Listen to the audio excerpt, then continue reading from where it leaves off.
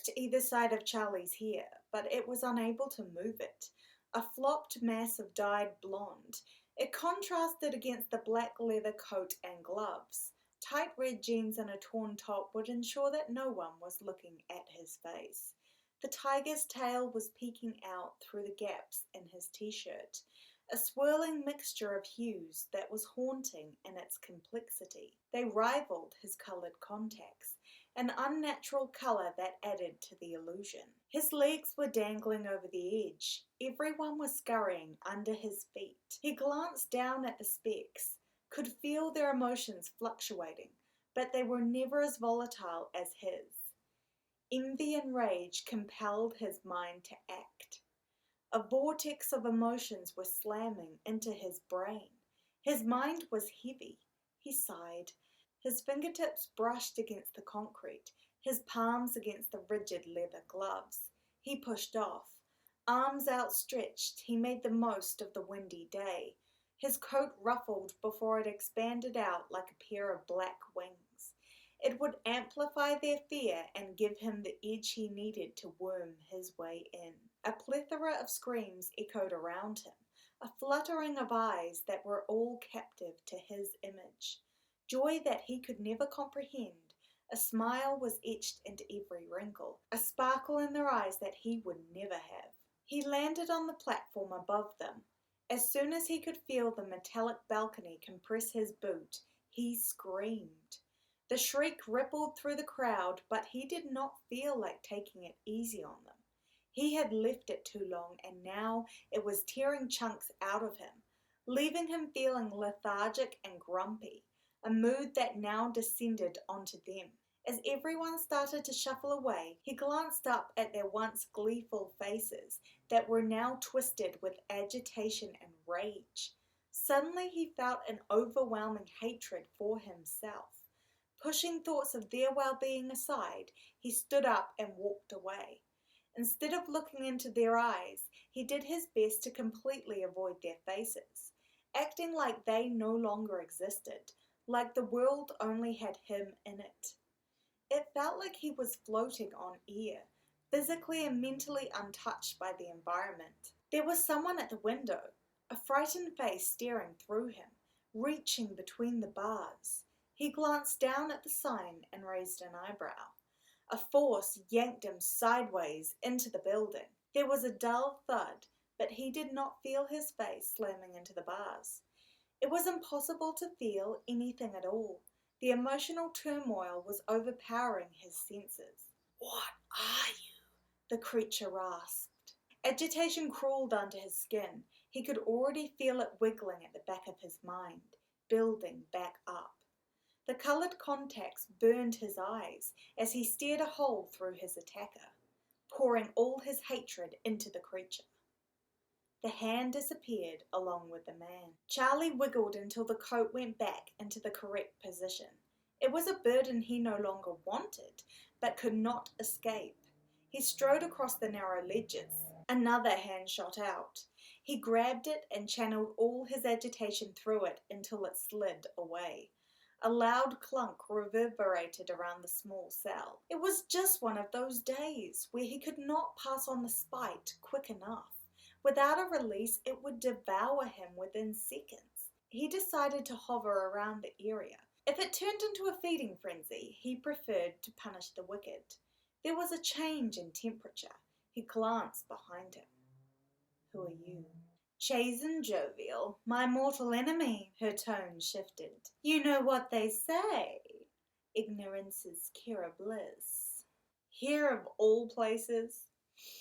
Even bad boys need a reprieve. "I disagree." "Clearly." She touched his cheek, green eyes sparkling in the low light.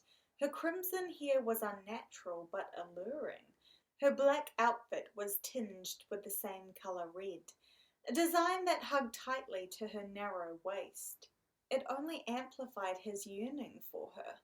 He could feel her breath on the nape of his neck, drinking in the sweet scent of her perfume. His pupils dilated, but he could not feel her touch. She had no power over him. Nothing? She yanked her hand back. Her movements were unnatural. She shifted positions too quickly. Ouch! How are you more powerful than I am? Your bliss is counterfeit. He spun on the narrow ledge and balanced on one foot. Guess negative emotions are just easier to pass on. She peered up at him and smiled. What? He looked her up and down, eyes drawn to the contours of her delicate figure. Don't look at me. Like that? At all. He licked his lips, swallowing back the desire. You're definitely not new to this, she smiled. Where have they been hiding you? What do you want?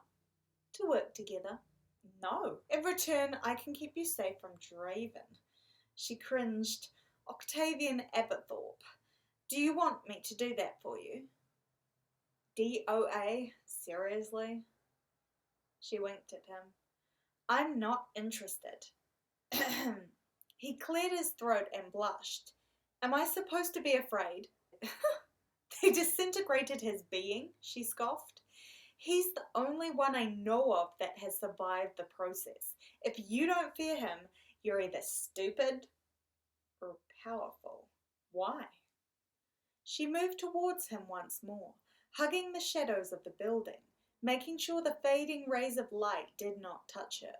This time her fangs descended. He gasped, but held his ground. It made her smile. Instead of going for his neck, she was heading for his lips. His heart fluttered. Her lips brushed against his before he panicked. She bit down on air. His transparent appearance made her pull back in horror. Bit long in the tooth for me, he smirked. You're...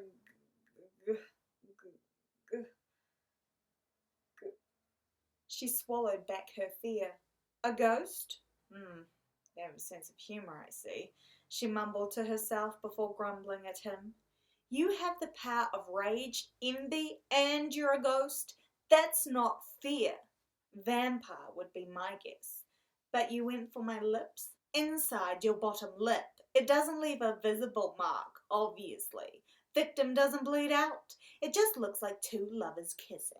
She snapped, completely stripped of any power over him. Only her words could hurt him now. Are you sure you didn't just want a kiss?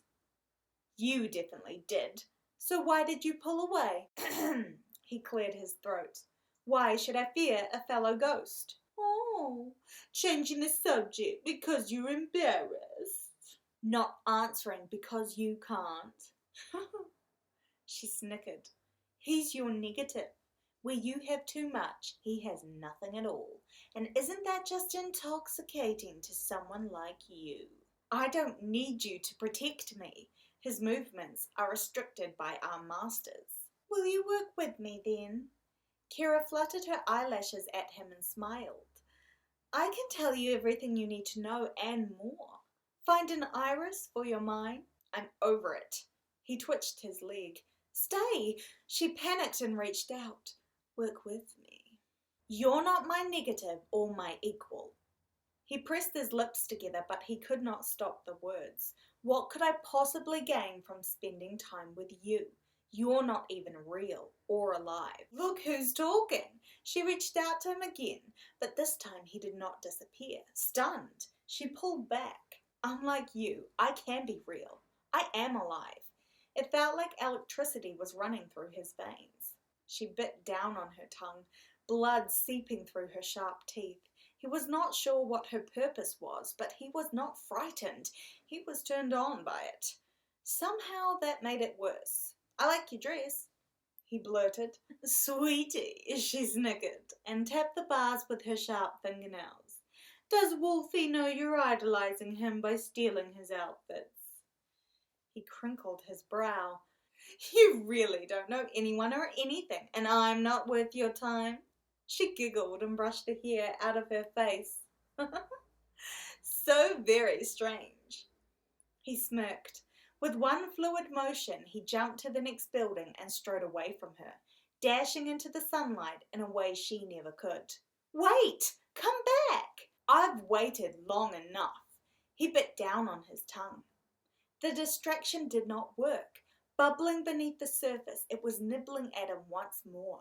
It would not be long until it returned with a vengeance, the monster that would never willingly release him.